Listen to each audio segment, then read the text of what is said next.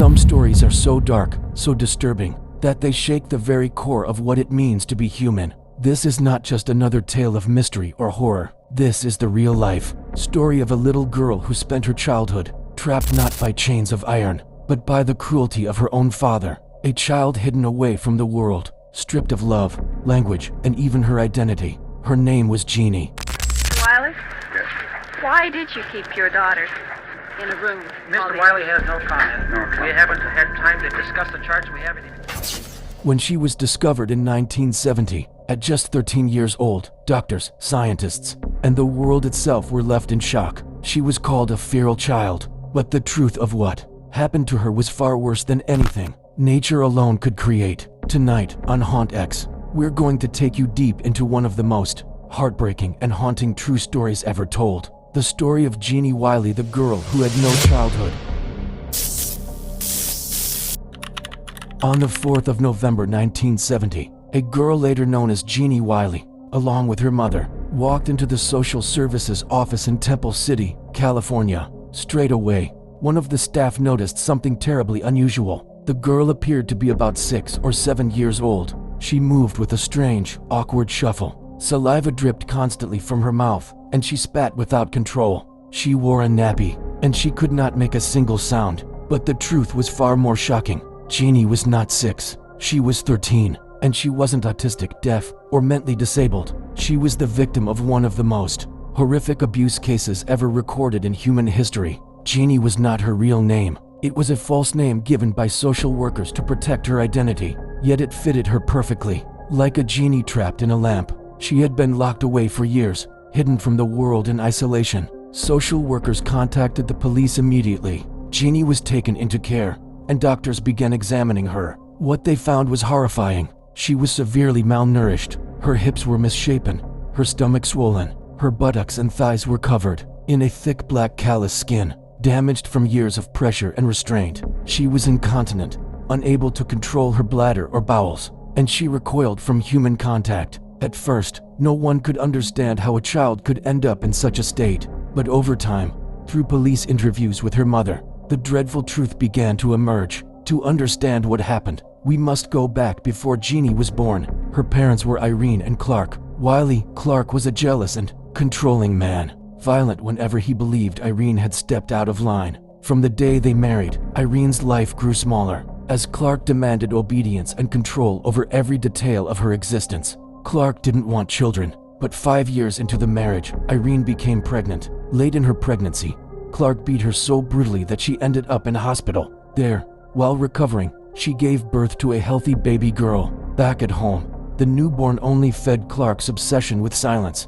He hated noise. The house was always kept unnaturally quiet. He and Irene whispered to one another, and even the radio was kept at the lowest possible volume. The cries of a baby enraged him. When the child was just 2 months old, Clark locked her in the unheated garage for several days. She developed pneumonia and died. Irene fell pregnant again. The second child also died shortly after birth, this time due to a severe anemia called Rh disease. Her third child, a boy named John, survived, but signs of neglect were clear. By the age of 3, John was not toilet trained and struggled to walk. Clark's mother intervened, taking John into her care for several months until he could recover. Clark himself was utterly devoted to his mother. She doted on him and often visited the house, something Irene found suffocating. She even financially supported them when Clark was out of work. Then, in April 1957, Genie was born. For her first months, her life was not as horrific as it would become. She was likely neglected, but she survived. For nearly 2 years, she developed as any other toddler might. Then, in December 1958, Clark's mother was killed by a drunk driver. This was the breaking point. Already controlling and violent, Clark now descended into paranoid madness. He convinced himself that he had to protect his family from the dangers of the outside world. He moved them into his late mother's house.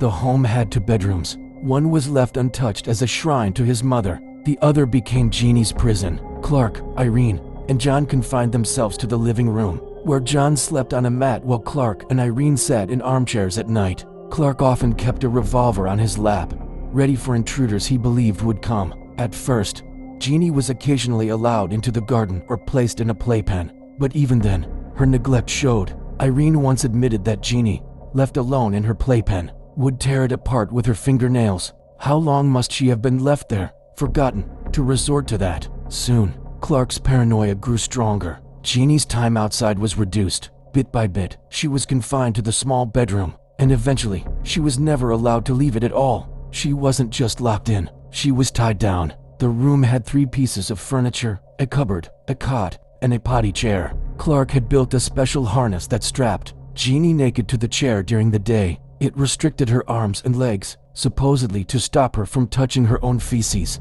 Her cot was a cage, with wire mesh over the top and sides. A sleeping bag inside could be fastened so tightly that her arms were pinned to her sides. If she was lucky, she slept in this cot at night. More often, she was left strapped to the potty chair until morning. The room itself was bare, curtains always closed, the door always shut. Irene was discouraged from interacting with her daughter. Genie's only contact came when Clark beat her for making noise. He even kept a stick in the corner of the room for that very purpose. Feeding time was just as cruel. She was given thin baby food or soggy cereal, always rushed into her mouth as quickly as possible. If she spat or choked, the food was rubbed into her face as punishment. And so she sat, days, months, years, alone, silent, starved, her body deformed by the restraints. Between the ages of 2 and 13, the years when most children grow, play, and discover the world, Genie lived in near total isolation. By this time, Irene had almost completely lost her sight and was powerless to help.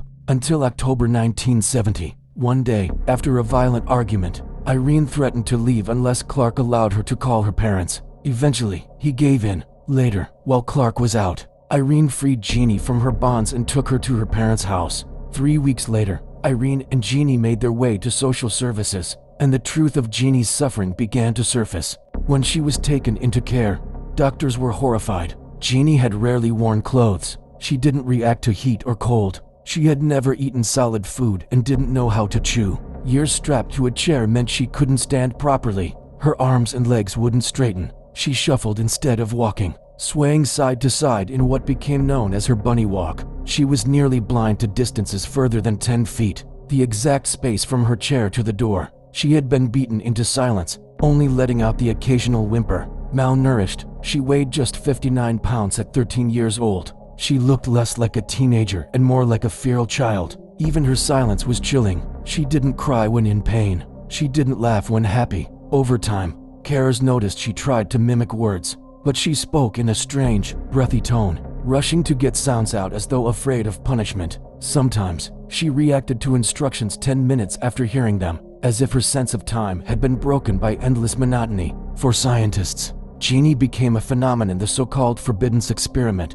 For decades, researchers had speculated about what would happen if a child grew up with no language, but of course, they could never test it on humans. Genie, however, had lived through it. Psychologists, neurologists, and linguists all wanted to study her. Some genuinely wanted to help. Others were driven by their own ambitions. Genie was moved between foster homes, studied and tested constantly. At first, she showed progress. She began to use single words. Later, she could form 2- and 3-word phrases. She was curious about the world, pointing at objects and demanding names for them. But her understanding of grammar lagged. She would say things like "I like log" or "I like Davy," without truly knowing how "I like" connected to what followed. Researchers believed she had missed the critical period for language, the years between 2 and puberty, the exact years she had spent locked away. She would never master full language. Despite progress, her trauma was always visible. She spoke of her father with terror. "Father hit big stick, father take piece wood."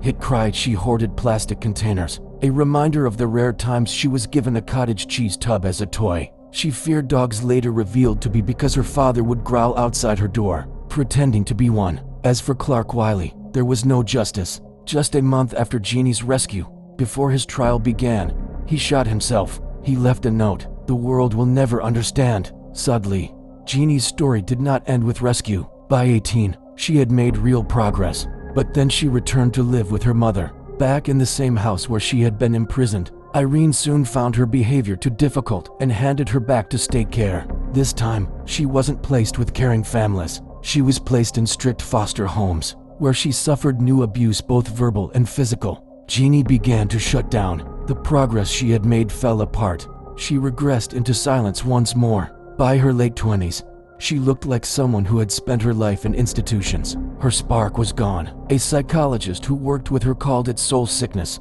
The last public report on Genie came in 2011. According to The Guardian, she was still in state care. Her location and condition remain secret. All we are left with are fragments, like a drawing she made in 1977. It showed a mother's hand, holding a baby's hand. Next to it, the words, "I miss Mama. Mama's hand. Baby Genie." Perhaps it was a memory. Perhaps it was a wish for a childhood she never had. When asked what life had been like at home, Genie once whispered the truth. In the potty chair, in the potty. And that was where she lived her childhood. This is the story of Genie Wiley. Thank you for watching Haunt X.